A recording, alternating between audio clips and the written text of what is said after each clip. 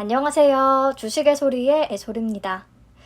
지난주에 정말 생각보다 더 뜨거운 청약 열기를 보여줬던 큐라클 22일에 상장을 하는데요. 이번 영상에서는 증권 발행 실적 보고서를 토대로 최종 배정 현황 한번 체크해 보고요. 제 나름대로 적정 주가를 계산해 보도록 하겠습니다. 우선 기관의 의무 보유 확약 비율을 보시면요. 배정 전에는 7.23%였는데 배정 후에 13.6%까지 비율이 증가하기는 했습니다. 조금 더 구체적으로 살펴봅시다. 기관 유형별로 정보가 다 공개가 되니까요. 신청 수량 대비해서 배정 수량을 중심으로 보시면 되겠죠? 제가 비율을 계산해서 괄호 안에 빨간 글씨로 적어뒀는데요. 보시면 확실히 확약 기간이 길수록 많이 배정을 받았다는 것을 확인할 수가 있습니다. 그러니까 국내 기관 투자자들은 배정 수량을 많이 받고 싶으면 의무 보유 확약 기간을 길게 적어내야 한다는 뜻이죠. 네, 여기까지는 오케이. 당연히 오케이.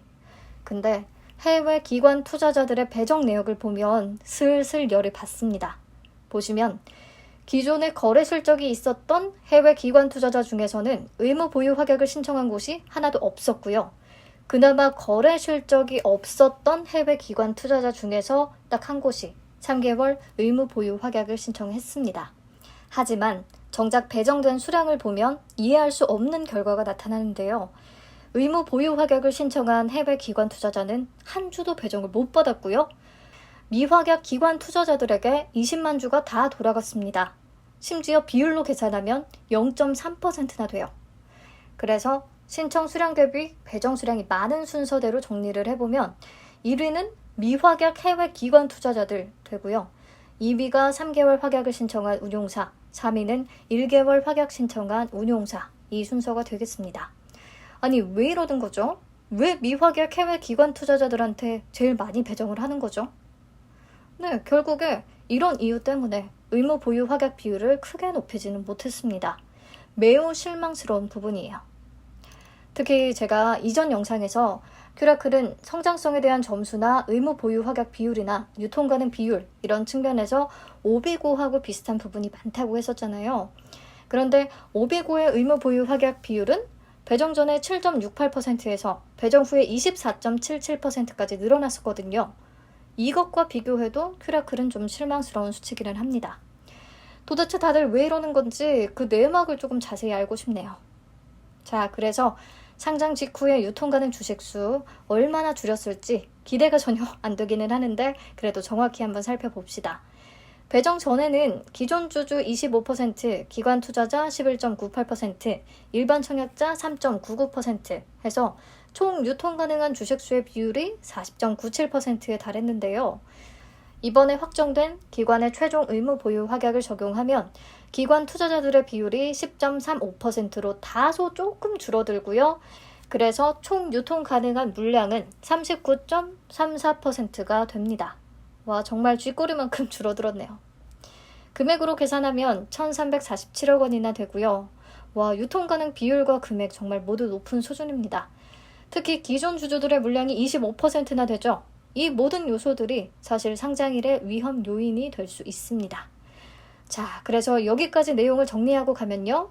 우선 의무 보유 확약 비율은 13.6%까지 늘어나기는 했지만 미확약 해외 기관 투자자에게 많이 배정을 하면서 비율을 크게 늘리지는 못했다.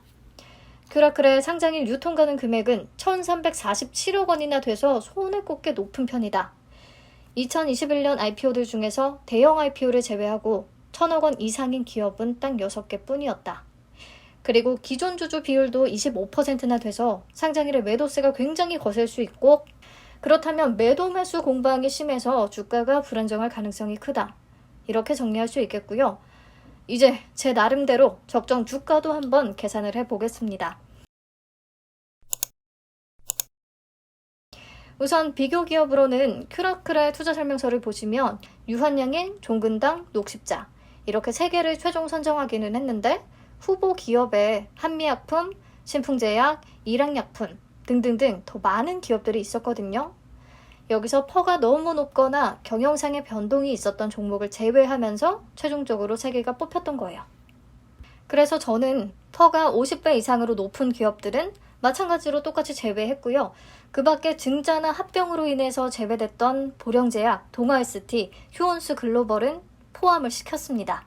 그렇게 총 6개 기업을 선정했어요. 그래서 평균 펄을 다시 계산해봤는데요. 20일 주가를 기준으로 해서 각각의 펄을 구했고요. 평균을 다시 내보니까 29.49배가 나왔습니다. 네, 그럼 주당 평가 가액을 한번 도출해보죠. 우선 투자 설명서에 기재된 것과 마찬가지로 저도 2024년 추정 당기순이익의 현가를 적용했고요. 그러면 166억 원 정도, 이걸 적용 주식수로 나눠서 주당 순이익은 1178원이 나왔습니다. 여기에 앞에서 구한 평균 퍼 29.49배를 곱해서 주당 평가가액 34,739원을 도출했어요. 그래서 대략 35,000원 정도가 적정 주가라고 생각을 하고요. 그렇다면 공모가 25,000원 대비해서 딱 40% 높은 수준이네요. 만족스럽지는 않습니다. 그리고 장외 시세가 적정 주가를 반영하는 건 아니지만 그냥 참고해서 한번 보시면 오늘 기준으로 38,000원이에요. 장외 시세도 4만원이 넘지는 않습니다. 물론 제가 말씀드린 적정 주가는 이론적으로 계산한 수치일 뿐입니다. 신규 상장주들은 그냥 그 종목에 대한 관심이나 수급에 의해서 오버슈팅이 나오는 경우도 많습니다. 큐라클은 전통적으로 IPO 시장에서 인기가 많은 제약 바이오주기도 하고요. 또 기술성 평가에서 역대 4번째로 AA 등급을 받기도 했고, 또 현재 임상 중인 파이프라인의 기술 이전 가능성도 꽤 높고요. 또 10.3조의 청약 증거금이 몰리면서 흥행에 성공했다는 점까지 이런 긍정적인 부분들이 상장일 주가에 어떻게 작용할지 좀 궁금하기는 합니다. 유통 가능 금액이 워낙에 높기 때문에 장 초반에 매도세가 집중되면 주가가 조금 부진할 수는 있겠는데요.